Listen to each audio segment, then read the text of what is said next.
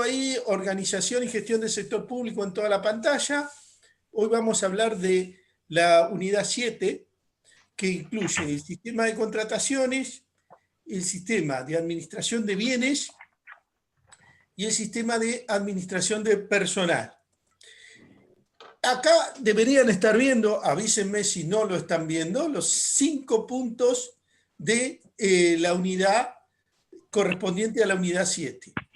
Sí, se ve, profe, se ve. Bueno, gracias. Y como ven, en el título de la unidad dice Administración del Personal. Sin embargo, en ninguno de los puntos del programa está incluida el tema de administración del personal.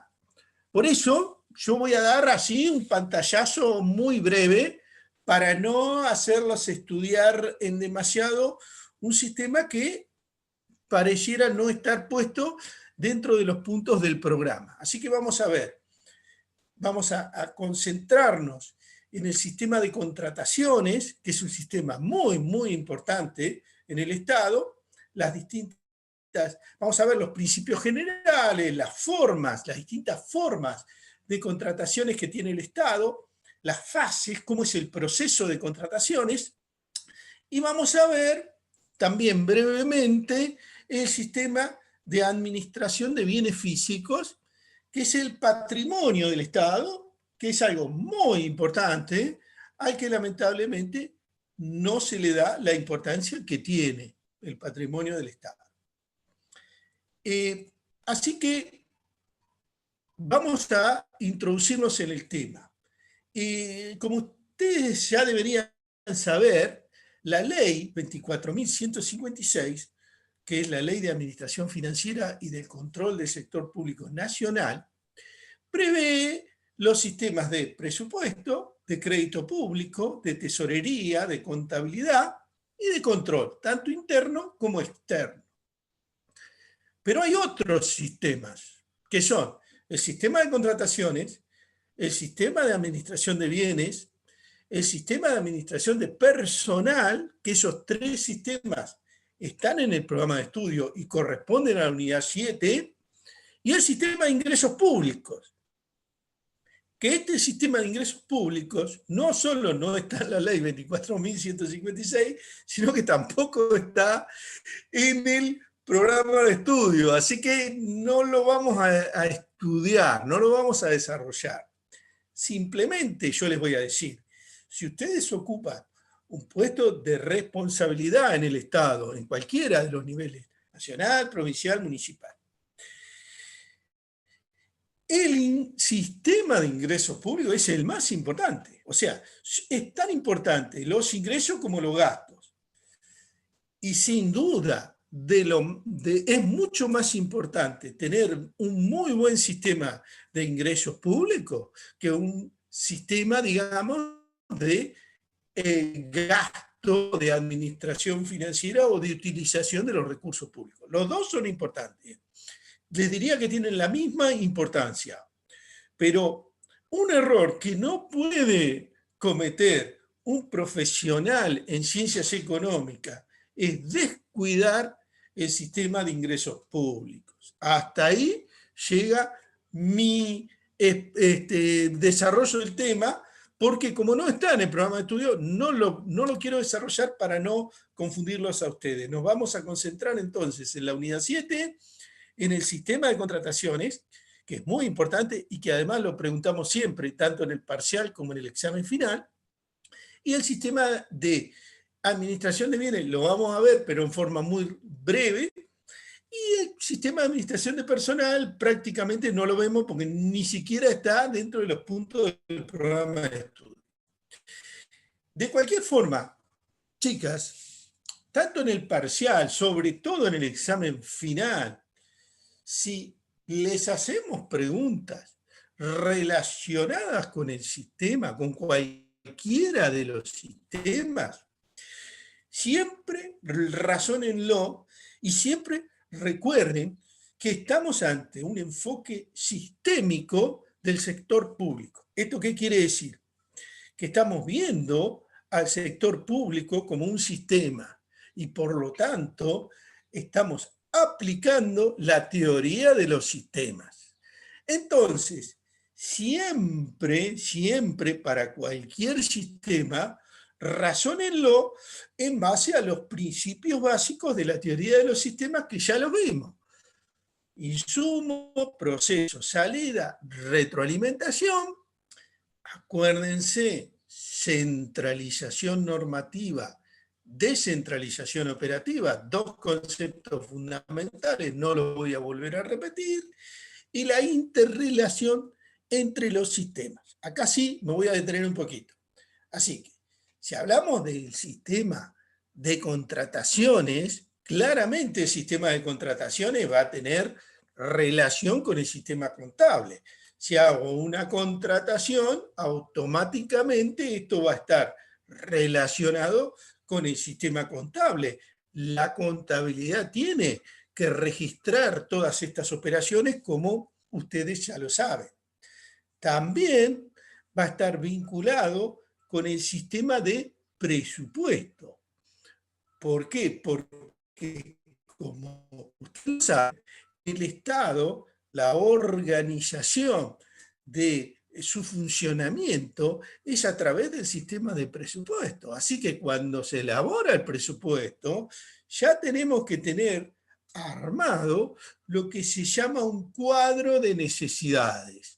Cada dependencia, cada organismo público tiene que determinar cuáles son las necesidades que va a tener para el próximo ejercicio. Y ya cuando el presupuesto se tiene que empezar a ejecutar, ya tiene que haber un plan anual de adquisiciones, donde se tiene que decir cada dependencia cuáles son sus necesidades, cuándo las tiene que contratar, cuándo las tiene que comprar y obviamente cómo va a ser la ejecución de los pagos. Así que acá tenemos una relación directa entre el sistema de contrataciones y el sistema de tesorería. Si ustedes van a estar al frente de un sistema de tesorería, siempre, de contrataciones, siempre van a tener que estar vinculados con el tesorero para avisarle que hay determinadas contrataciones que son imprescindibles, hay determinados pagos que son urgentes y que los van a tener que cumplir. Es decir, para ustedes es muy fácil darse cuenta de que hay cuestiones que son urgentes. Si yo necesito remedios para el hospital, evidentemente los tengo que comprar y si los tengo que pagar, le tengo que avisar al tesorero, hay tal contratación, que son los remedios, que hay que pagarlo y el tesorero lo tiene que saber. Pero existen otras contrataciones no tan evidentes que son también imprescindibles, porque, no sé, si por ejemplo el presidente va a hacer una presentación y se va a contratar el sonido, bueno, y el sonido hay que pagarlo, no puede ser que un día antes hay que pagar el sonido porque está el presidente, va a hablar y hay que hacerle el pago al que lleva el sonido, porque eso tiene que estar previsto con anticipación. Bueno, con respecto al sistema de bienes físicos, también va a estar relacionado con el sistema de contrataciones. Cuando, por ejemplo, nosotros compramos un bien físico, un bien inventariable, una cosa es un bien que se agota con su uso inmediato y otra cosa es cuando compramos, por ejemplo, una máquina, compramos, por ejemplo, un auto, obviamente compramos un inmueble o construimos un inmueble, todo ello automáticamente el sistema de contrataciones va a estar relacionado con el sistema de bienes físicos y automáticamente lo va a dar de alta en el inventario. Acá tienen que tener mucho cuidado con la manera en el que el sistema de contrataciones registra los bienes, ¿sí? Porque por ejemplo, si ustedes compran, vamos a ponerle un bisturí electrónico que se va a usar durante mucho tiempo, esa contratación se tiene que registrar de una forma tal que automáticamente el sistema lo dé de alta en bienes físicos y automáticamente después eso me va a servir para saber el patrimonio que tengo, la cantidad de bienes que tengo, para el cálculo de las amortizaciones. Ahora, si yo estoy comprando un bisturí que es un elemento descartable que se va a usar y, por ejemplo, después de su uso se va a desechar, yo no lo puedo registrar como un bien de uso. Esto suele pasar por error, a veces se registran cosas como bienes de uso y lo que le va a pasar a ustedes es que los bienes no están. Entonces alguien puede decir, ¿quién se robó el bisturí? ¿Dónde está? ¿Por qué? Porque el sistema, al estar todo interrelacionado, automáticamente lo da de alta. Esto pasa, por ejemplo, con bienes que para nosotros serían inventariables. ¿En qué sentido? O para una empresa. Yo digo, compro una pala, por ejemplo. Una pala, vos decís, hay que ponerla en el inventario. Yo tengo que saber cuántas palas tengo. Ahora, si yo compro una pala y esa pala se va a usar todos los días van a estar usando la pala, todos los días van a estar usando la pala, y en menos de un año se gastó.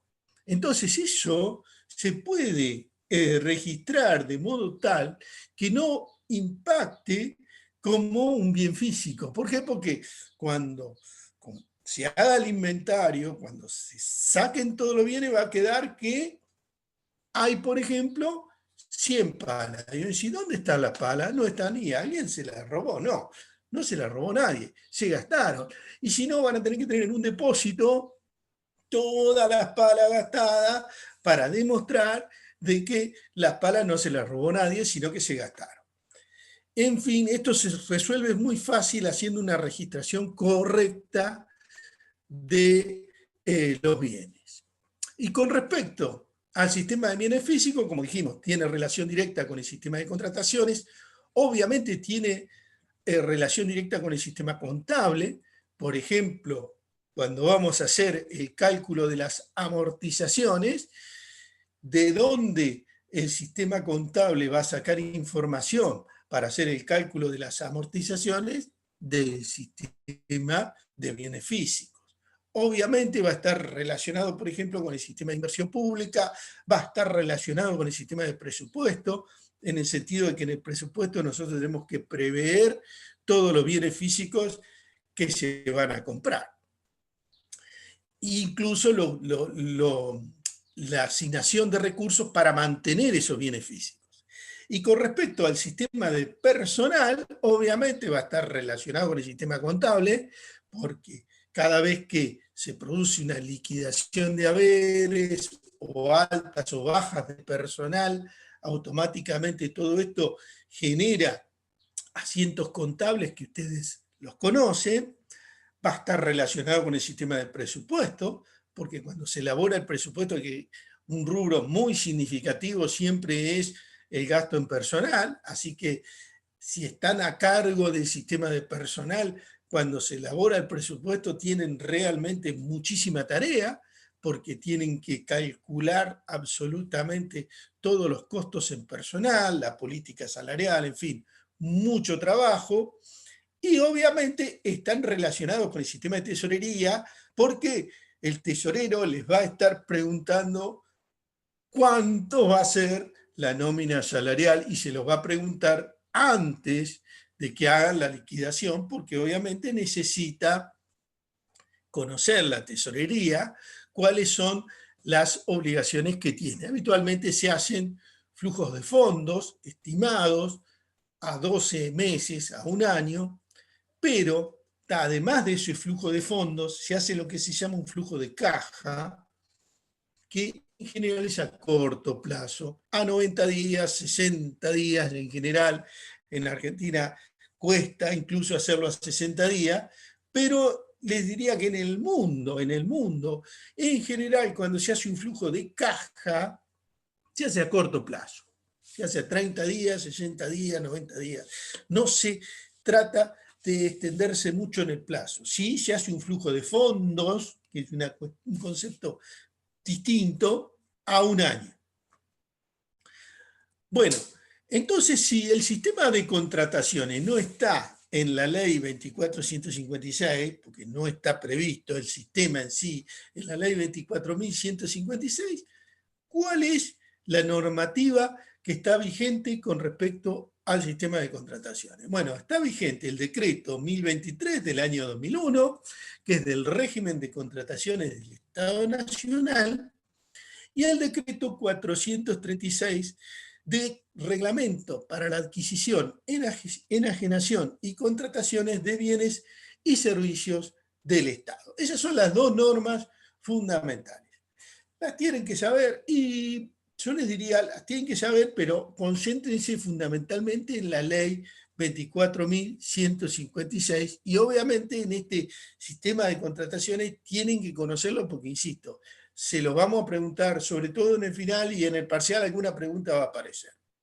Además de estas dos normas que son fundamentales, hay otras normas. Entonces está la ley 13.064, que es de obra pública a nivel nacional. Si trabajan en provincia o en cualquier provincia o en Ciudad Autónoma de Buenos Aires, va a haber una ley de obra pública.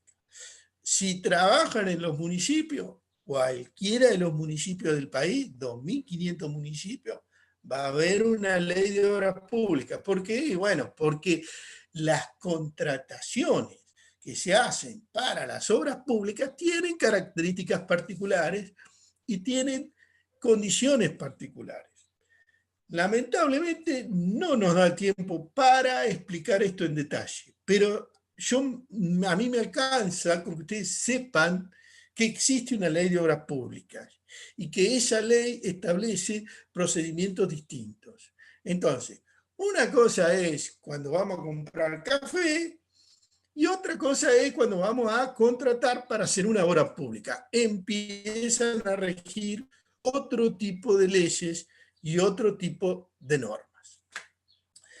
Obviamente, otra norma es la ley 24.156, que tiene sus cuestiones, por ejemplo, determina el ámbito de aplicación, artículos 8 y 9, que ya los hemos visto, que son importantes. El tema del presupuesto, que ya lo dijimos, en la misma ley 24.156 dice, cada dependencia, cada organismo tiene que establecer cuáles son sus necesidades, cuáles son las contrataciones que va a necesitar para el ejercicio. La ley 25.188, que es la ley de ética en la función pública, una ley muy importante. Lamentablemente esto es fundamental. Pasó lamentablemente mucho en el gobierno anterior que los funcionarios no cumplían con la ley de ética de la función pública. Casos que ustedes conocen, no sé, Aranguren, por ejemplo, secretario de Energía, era accionista de Shell y él como secretario de Energía le asignaba a Shell la compra de gas a precios bastante importantes y muy beneficiosos para la empresa.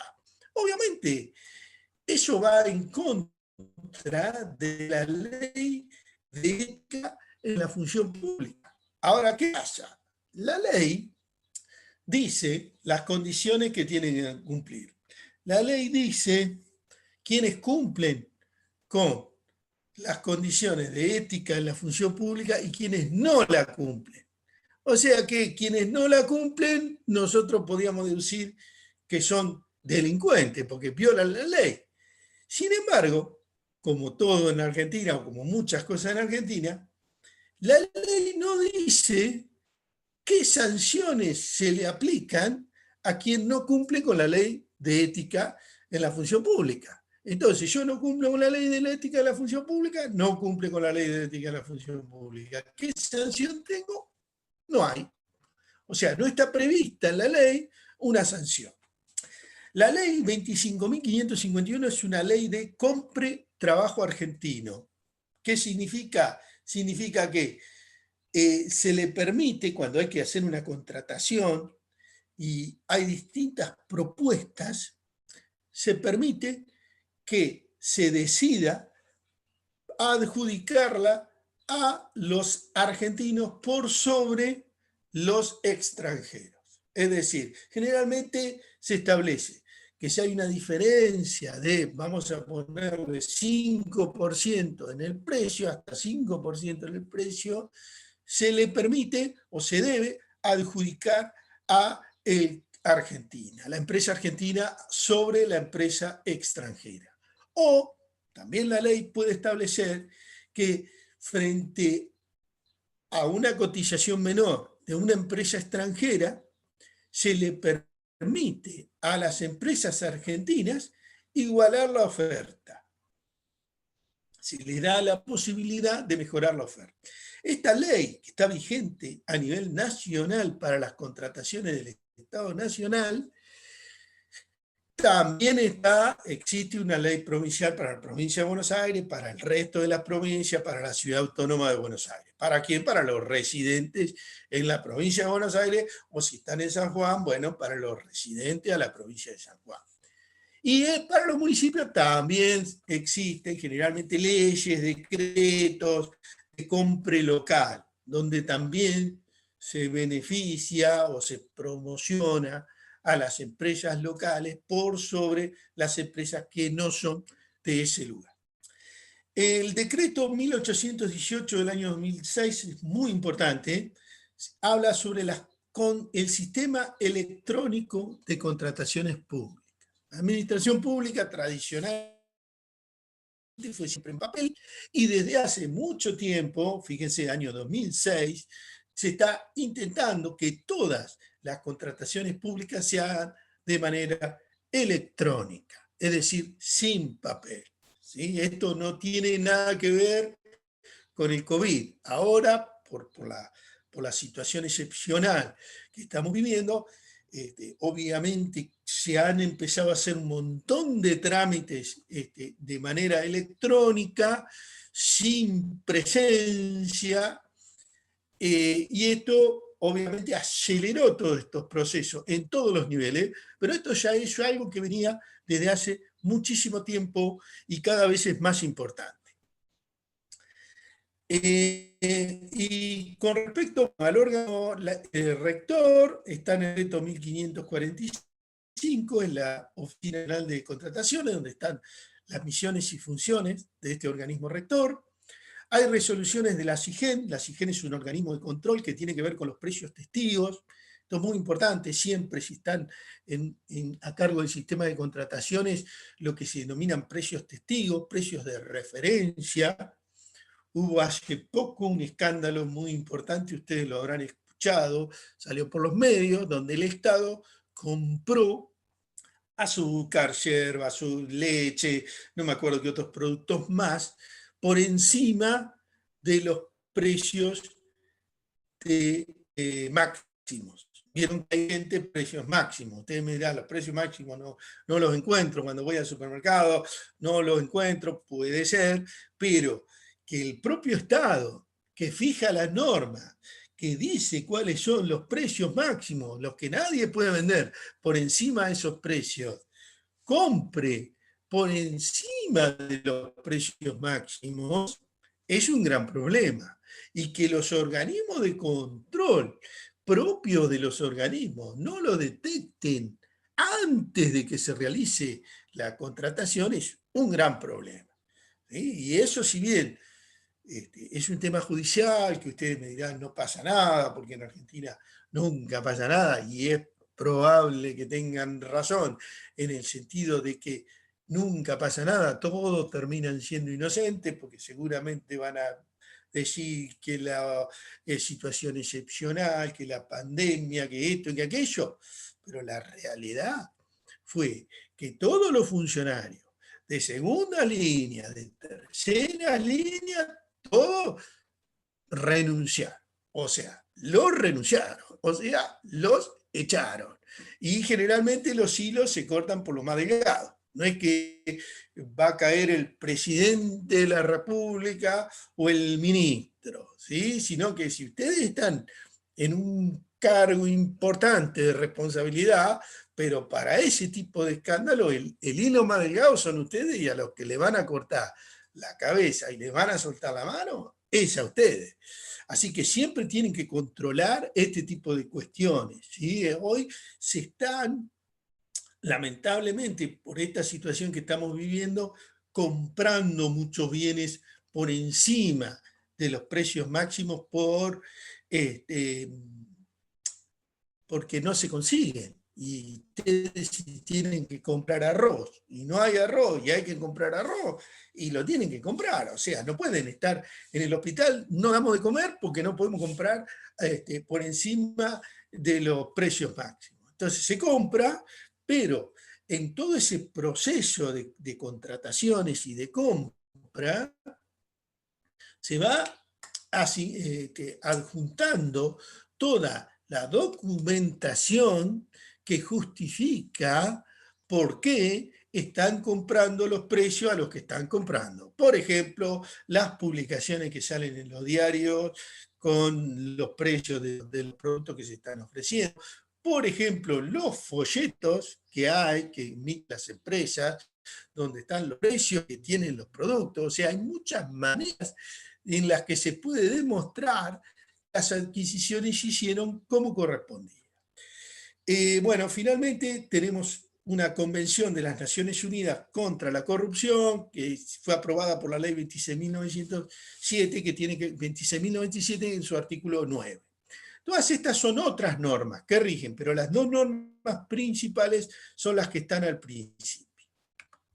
Bueno, yendo a los principios básicos, tenemos que primero definir, al punto 1 de la unidad 7, tenemos que definir qué es una contratación pública. Ahí decimos, bueno, una contratación pública es toda declaración bilateral o de voluntad común que produce efectos jurídicos entre dos personas, obviamente estamos hablando de personas jurídicas o personas humanas, en las cuales una se encuentra ejecutando una función administrativa. Cuando hablamos de función administrativa nos estamos refiriendo que una es, digamos, el Estado, y cuyo objeto puede estar constituido por la realización de una obra, puede ser la prestación de un servicio público, puede ser la enajenación de un bien o la enajenación de un servicio, que tiene como finalidad intereses y satisfacción de necesidades generales. Fíjense ahí que ya estamos hablando de distintos tipos de contrataciones. Estamos hablando de obras, estamos hablando de servicios públicos, estamos hablando de la compra de un bien o la compra de un servicio. O sea, que ¿por qué hacemos esta distinción? Y porque las características son distintas según cómo se trate de cada uno de ellos. Bueno, ¿y por qué es necesario que estén reguladas todos los procedimientos correspondientes a las contrataciones públicas? Bueno, obviamente el Estado, para cumplir sus objetivos, necesita realizar distintas contrataciones y lo tiene que hacer de manera eficiente y con transparencia. Y precisamente el órgano rector, que es la Oficina Nacional de Contrataciones, es la que se tiene que encargar de que todas las contrataciones públicas se cumplan de acuerdo a la norma y se cumplan con eficiencia y con transparencia y publicidad. ¿Qué contrataciones están incluidas? Son los contratos de compraventa, los suministros. Cuando hablamos de suministro, parece una palabra quizá para ustedes difícil. Suministros es compro tinta, compro papel, compro lapicera, o sea, compro las cosas normales que tenemos que comprar para el funcionamiento del Estado. Locaciones, estamos hablando de alquileres. Consultoría, estamos contratando un consultor, un asesor. Alquileres con opción a compra, los alquileres con opción a compra es lo que ustedes conocen como leasing. Permutas, la permuta, cambiamos un bien que tenemos nosotros por otro bien que tiene un un tercero, y bueno, habrá por ahí, se puede hacer sin pago o con pago, generalmente son con pago. Yo cambio un auto, entrego el auto viejo, me dan un auto nuevo, eso es una permuta, pago la diferencia obviamente. Concesiones, tanto de dominio público como privado del Estado Nacional. Acá son algunas palabritas que parecen raras. Concesiones son muy importantes, están dentro del área de contratación. Concesiones que ustedes conocen, por ejemplo, las playas, los balnearios, ¿sí? Concesiones donde estamos hablando de muchísima plata, por ejemplo, los peajes. Y fíjense que habla de dominio público y dominio privado, porque hay los bienes tienen una diferenciación. Una cosa son los bienes públicos de uso público, como puede ser una playa, como puede ser una plaza, que son de uso público, que quiere decir cualquiera de nosotros lo usa. Yo voy a la plaza, me siento en el banco de la plaza y punto, es de uso público. Es un bien público, de dominio público y de uso público. Pero existen bienes públicos de uso privado, en este caso del Estado Nacional o del Estado. ¿Qué son los bienes públicos de uso privado? Y solamente los puede usar el Estado. O sea, si hay un quirófano del hospital, yo no puedo decir el quirófano es mío, me meto al quirófano a operar, no me puedo meter. Si pasa el camión de la basura, es un camión que es un bien público, pero de uso privado. Yo no me puedo subir al camión y decir lo manejo porque es mío. Es decir, los bienes del Estado pueden ser de uso público o pueden ser de uso privado. Esas se celebran en un ámbito de aplicación. El ámbito de aplicación está dado por la ley, la 24.156, artículos 8 y 9, y también comprende los contratos, concesiones, obras públicas, concesiones de servicios públicos y licencias. Servicios públicos, por ejemplo, la luz, por ejemplo, los canales de televisión de aire, por ejemplo, las radiofrecuencias de las radios, esos son concesiones de servicios públicos. ¿Qué es lo que está excluido? Bueno, están excluidos de estas normas los contratos de empleo público, que tienen otras normas, los contratos que se celebran con estados extranjeros, porque obviamente por ahí las normas son de otros países, precisamente las de derecho público internacional, las contrataciones de crédito con organismos multilaterales de crédito, porque también suelen tener normas internacionales que son por ahí diferentes a las normas argentinas. Así que acuérdense que existen algunas contrataciones que están excluidas, que acá las tienen detalladas. Bueno, el ámbito de aplicación, como lo dijimos, artículo 8, no lo vamos a volver a repetir. Y vieron que siempre se habla de transparencia. Bueno, la transparencia, acuérdense de las 3E: economía, eficacia y eficiencia. Si las contrataciones se hacen en un ámbito de transparencia, donde va a haber mayor acceso a la información y que hace posible el control social, automáticamente disminuye la corrupción y aumenta la eficacia y eficiencia del Estado. Con el tema de transparencia hay mucho verso, tengan mucho cuidado con este tema, mucho verso, transparencia. El tema de la transparencia no es un problema solamente de Argentina, es un problema mundial, no es un tema de Argentina. Y en el mundo, más que de transparencia, se habla de opacidad. O sea, para definir la transparencia, partimos del concepto opuesto, que vendría a ser lo opuesto a la transparencia es lo opaco. Entonces, cuanto más opaco es algo, es menos transparente. Y cuanto menos opaco es algo, es más transparente. Es decir, yo puedo decir, son muy transparentes, algo muy común, está todo publicado, están las cosas en la internet, están las contrataciones, ustedes pueden ver. Ahora resulta que cuando queremos saber algo, no sabemos dónde encontrarlo, no está, no lo encontramos, o se desata un escándalo y dice, no, pero esas operaciones no se registran, no están. Entonces, evidentemente, no lejos de ser transparencia, estamos hablando de algo bastante opaco, muy común, muy común. Ese tipo de estrategia está todo, está publicado, cuánto pagamos las tuercas, los tornillos, cuánto pagamos el azúcar, pero por ejemplo, nos endeudamos a 100 años, pagamos miles de millones de dólares de intereses y nos enteramos 48 horas antes porque fue un tratamiento de emergencia y para cuando salió en el diario ya estábamos endeudados a 100 años en miles de millones de dólares. ¿Sí?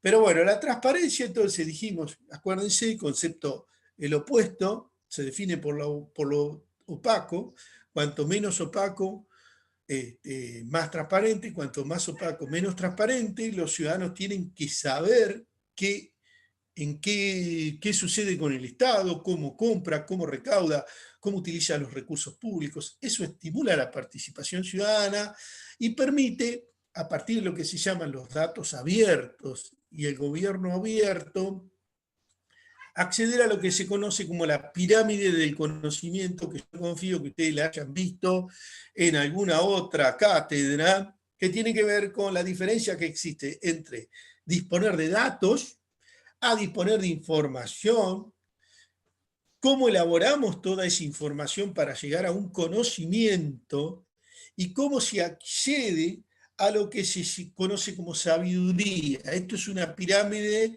porque a medida que vamos avanzando, vamos alcanzando un nivel mayor. No me voy a poner a explicarlo demasiado, pero sí tengan claro que la transparencia y los datos abiertos del gobierno son fundamentales para lograr que esta pirámide del conocimiento sea cada vez mejor, digamos, mejor aplicada.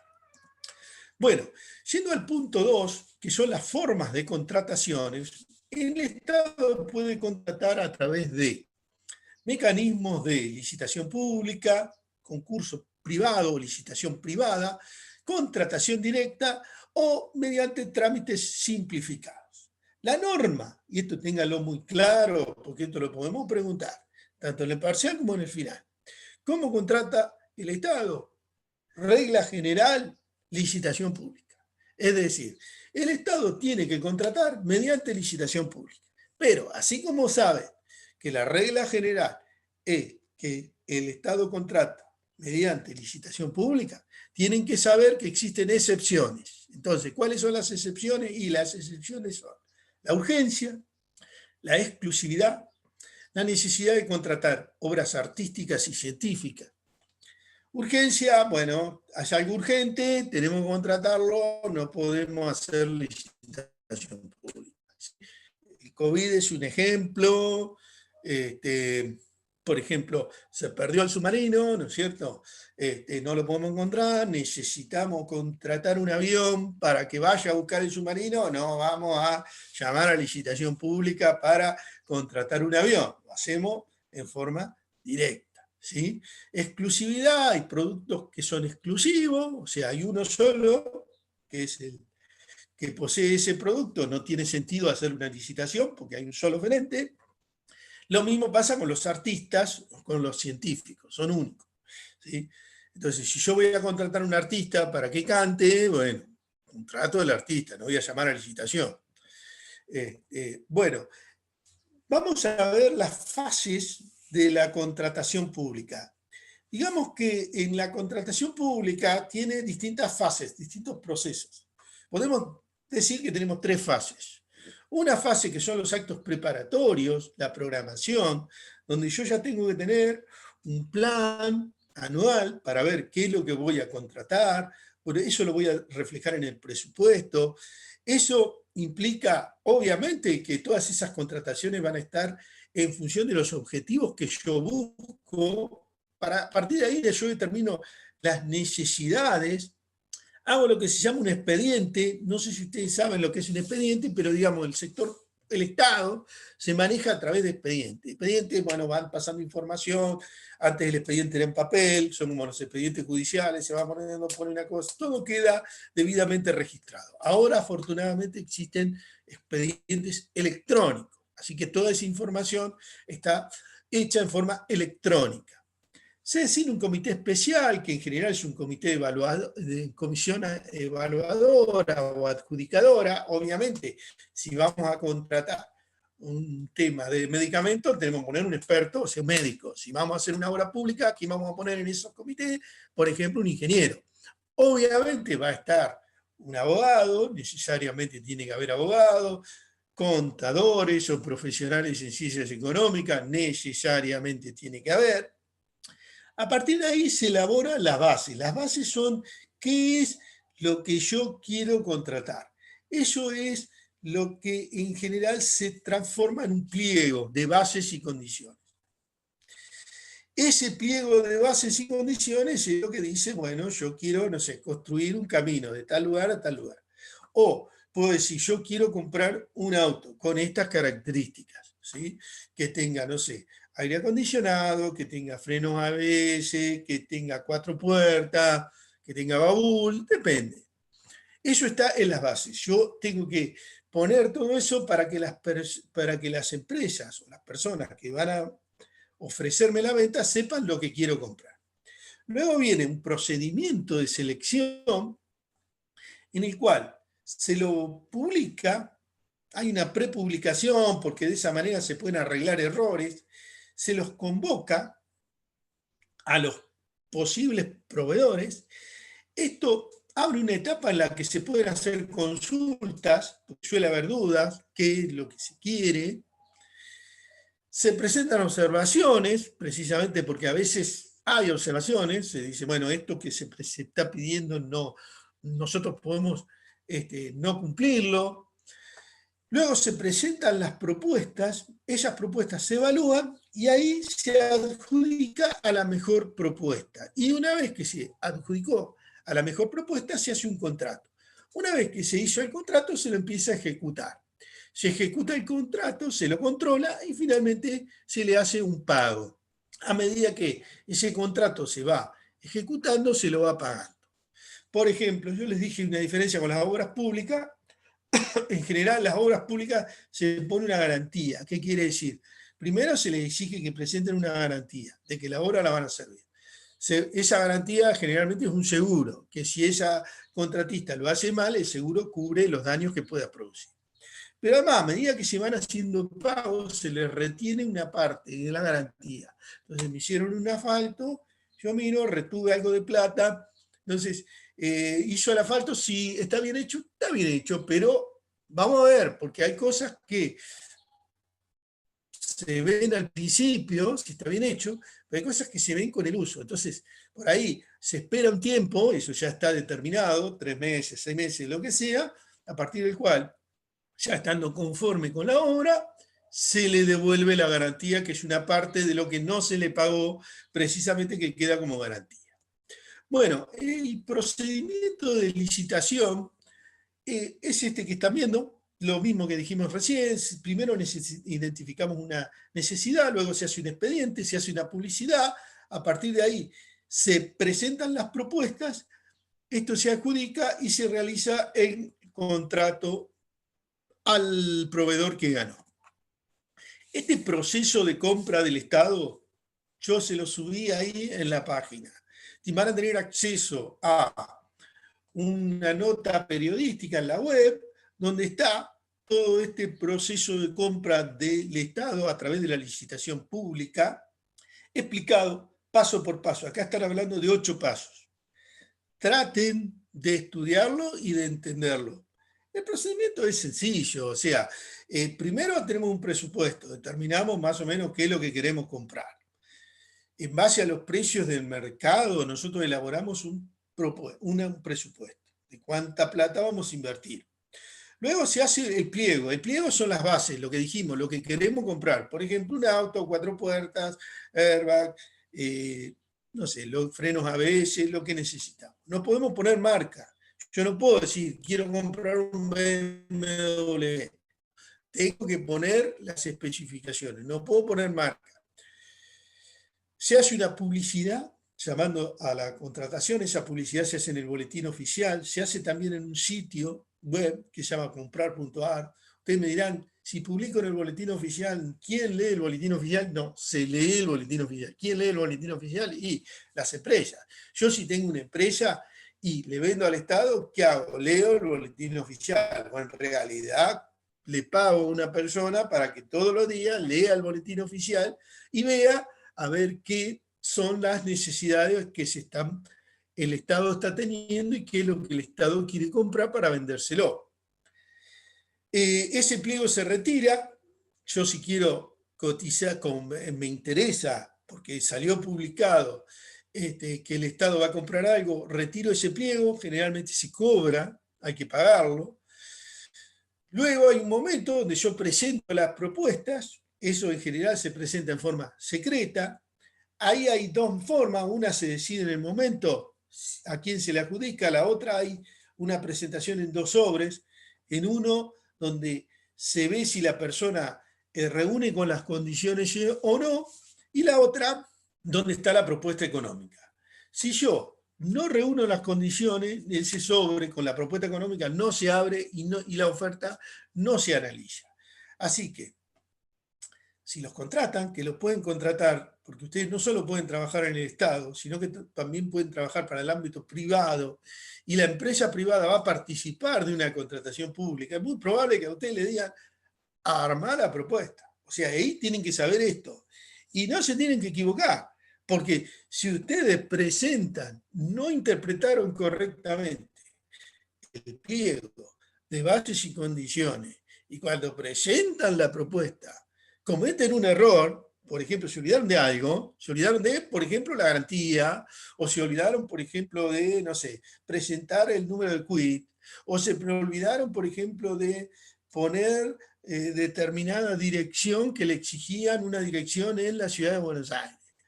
Y si ustedes no cumplen con eso, es muy probable que los funcionarios públicos ya directamente le desechen la oferta. Pero si no, los competidores van a estar mirando todo eso. Entonces van a decir, se olvidó de presentar o no presentó, impugnan la propuesta, quedan afuera y a ustedes los pueden echar del trabajo por no haber cumplido con lo que exigía el pliego de bases y condiciones, y por lo tanto la oferta fue impugnada y no pudieron ganar la licitación. Bueno, en ese momento es cuando se hace la apertura de las ofertas y hay una comisión adjudicadora que evalúa las propuestas, recomienda una adjudicación, se le adjudica al proveedor, se le comunica que ha sido elegida su propuesta, y ahí se firma un contrato y luego se ejecuta el contrato. Este proceso de licitación pública lo tienen que saber. La diferencia que hay entre la licitación pública y la licitación privada es que la licitación pública, como el nombre lo dice, se publica. Se publica en el boletín oficial y por lo tanto es abierta, se puede presentar cualquiera que cumpla con las condiciones. La licitación privada se puede publicar o no, a veces no se publica y a veces es por invitación. O sea, solamente se invita a algunos proveedores. O sea que si a mí no me invitaron, no participo. No está muy claro qué pasa si me presento aunque no me invitaran. Pero digamos, en teoría no me pueden rechazar si me presento. Pero como no me invitan, nunca me voy a enterar y por lo tanto no voy a poder participar. Bueno, les dije, los procedimientos de compra de manera electrónica se vienen haciendo cada vez más. Es muy simple, se publican las cosas en el boletín oficial, se publica en la sitio web. Los oferentes pueden cargar la propuesta en forma digital por el sitio web. Esto permite un ahorro en tiempo, un ahorro en logística, un ahorro en papel, en trámites. Los sobres se pueden abrir mediante videollamada, en forma virtual. También las consultas se pueden hacer de manera online, o sea, es todo mucho más transparente y es todo mucho más simple y más barato, más eficiente y más económico. Como yo les dije, no se confundan esto con COVID, esto viene de mucho antes y es una tendencia obviamente mundial. Bueno, precisamente yo les dije, el mecanismo de contratación es el de licitación pública. Sin embargo, existen excepciones. Y como todos ustedes saben, en Argentina las excepciones son lo más común. Entonces, se esquivan esos mecanismos de licitación pública y se esquivan estos mecanismos de control. Y generalmente cuando se esquivan estos mecanismos de control, suele haber falencias en el sistema de control y esto da lugar, obviamente, a que se produzcan hechos de corrupción y que las cosas no salgan del todo bien. Esta filmina que yo les presento tiene que ver con un estudio que se hizo respecto de las debilidades que provoca el hecho de que la contratación se haga sin recurrir a la licitación pública.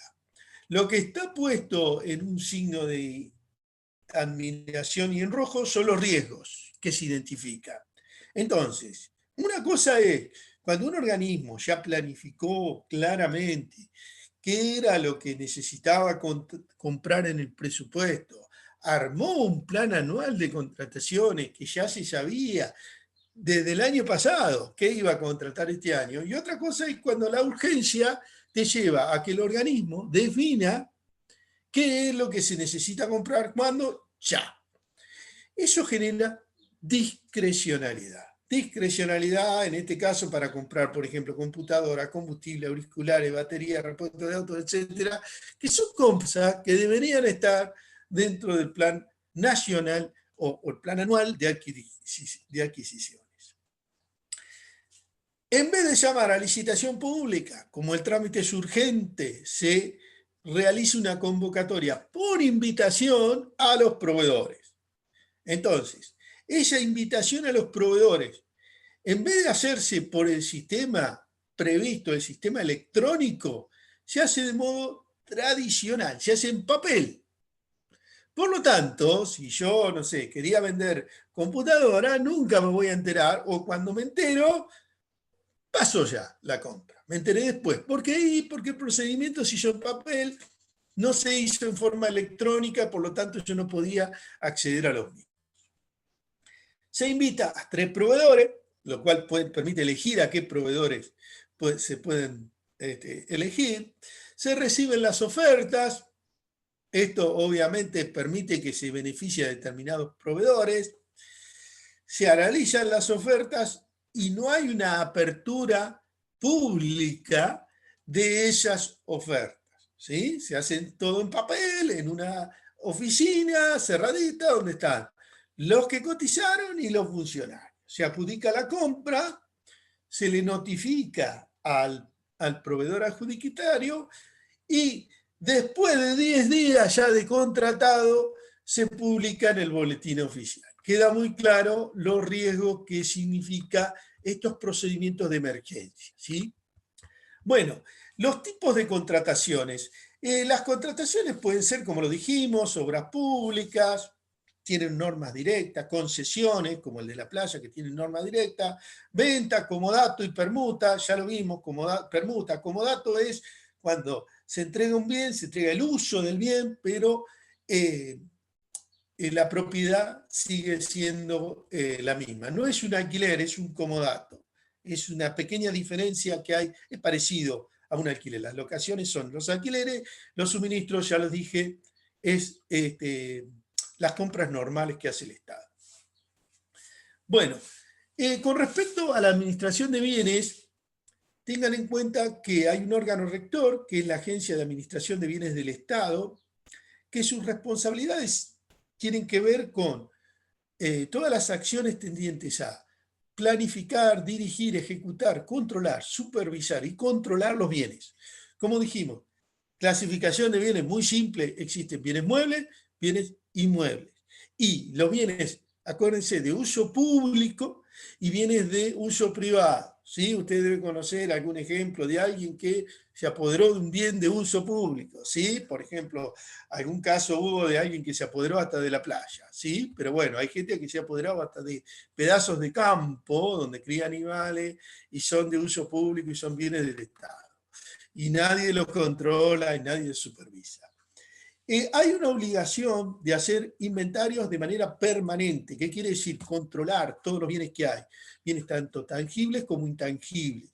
Si ustedes están a cargo de un organismo, una función tan importante como los bienes del Estado, es una función de mucha responsabilidad, que no la pueden hacer ustedes solos. Entonces, ustedes tienen que, acuérdense, centralización normativa, descentralización operativa.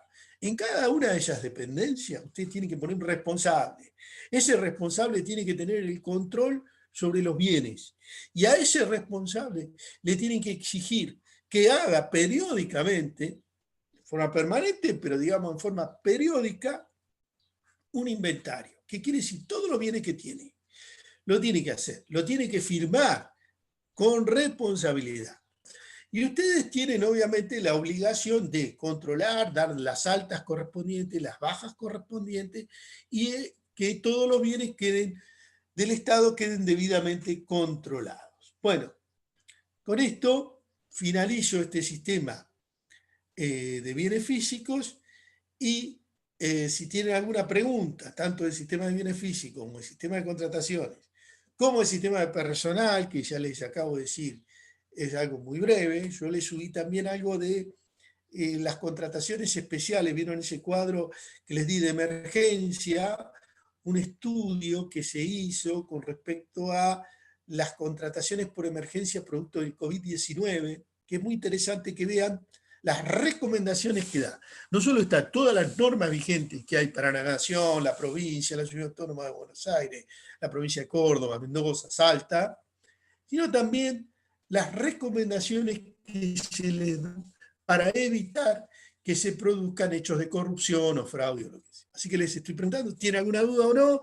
Si no, pasamos a hablar de los prácticos y de algo del parcial podemos hablar también, Viviana. ¿Dudas, chicas? No. Bueno, sí. Si tiene alguna duda, tan a tiempo de preguntar. Con respecto a los prácticos, lo que yo vi, por lo menos, me anticipo un poquito, Viviana, es que en algún caso pusieron las transferencias, por ejemplo, para la construcción de escuelas como una transferencia corriente. Ahí, ténganlo claro, chicas, las transferencias, si son para financiar un bien de capital, por ejemplo, la construcción de escuelas, porque esto también pasó con la construcción de hospitales, eso es una transferencia de capital, porque el objetivo es construir bienes de capital. ¿Sí? Le digo porque en algún caso pusieron transferencias corrientes. ¿Sí? Después, otro error que cometieron fue, fíjense en el planteo, habla de administración central, puesto en mayúscula así, grande. Entonces, los organismos descentralizados no tenían que registrarlo. ¿Cuáles eran los organismos descentralizados? La Universidad Nacional de Mar del Plata y la SIGEN, la Sindicatura General de la Nación, que era un organismo descentralizado. Después, en algún caso pusieron la venta de acciones con objetivo de política como una inversión financiera, digamos, disminución de inversión financiera debajo de la línea. Acá, chicos, es muy importante que entiendan, en la clasificación económica tenemos, cuando hacemos la cuenta de ahorro, inversión y financiamiento, arriba de la línea y abajo de la línea. Entonces, arriba de la línea tenemos las inversiones, los gastos corrientes, los gastos de capital. Entonces, si, por ejemplo, estoy comprando acciones con objetivo de política o vendiendo acciones con objetivo de política, estoy en este caso haciendo una desinversión de capital. Va arriba de la línea. Abajo de la línea, lo que se muestra, como dijimos, fue si tiene déficit, cómo financio ese déficit, y si tengo superávit, en qué invierto. Entonces, si yo tengo un exceso de liquidez, porque tengo sobrante de dinero, porque tuve superávit o porque es un sobrante estacional, transitorio de dinero. Por ejemplo, yo recaudé del impuesto a la ganancia 1.000 millones de pesos ahora, pero voy a hacer una obra que va a empezar dentro de 2 meses o 3 meses con esos 1.000 millones.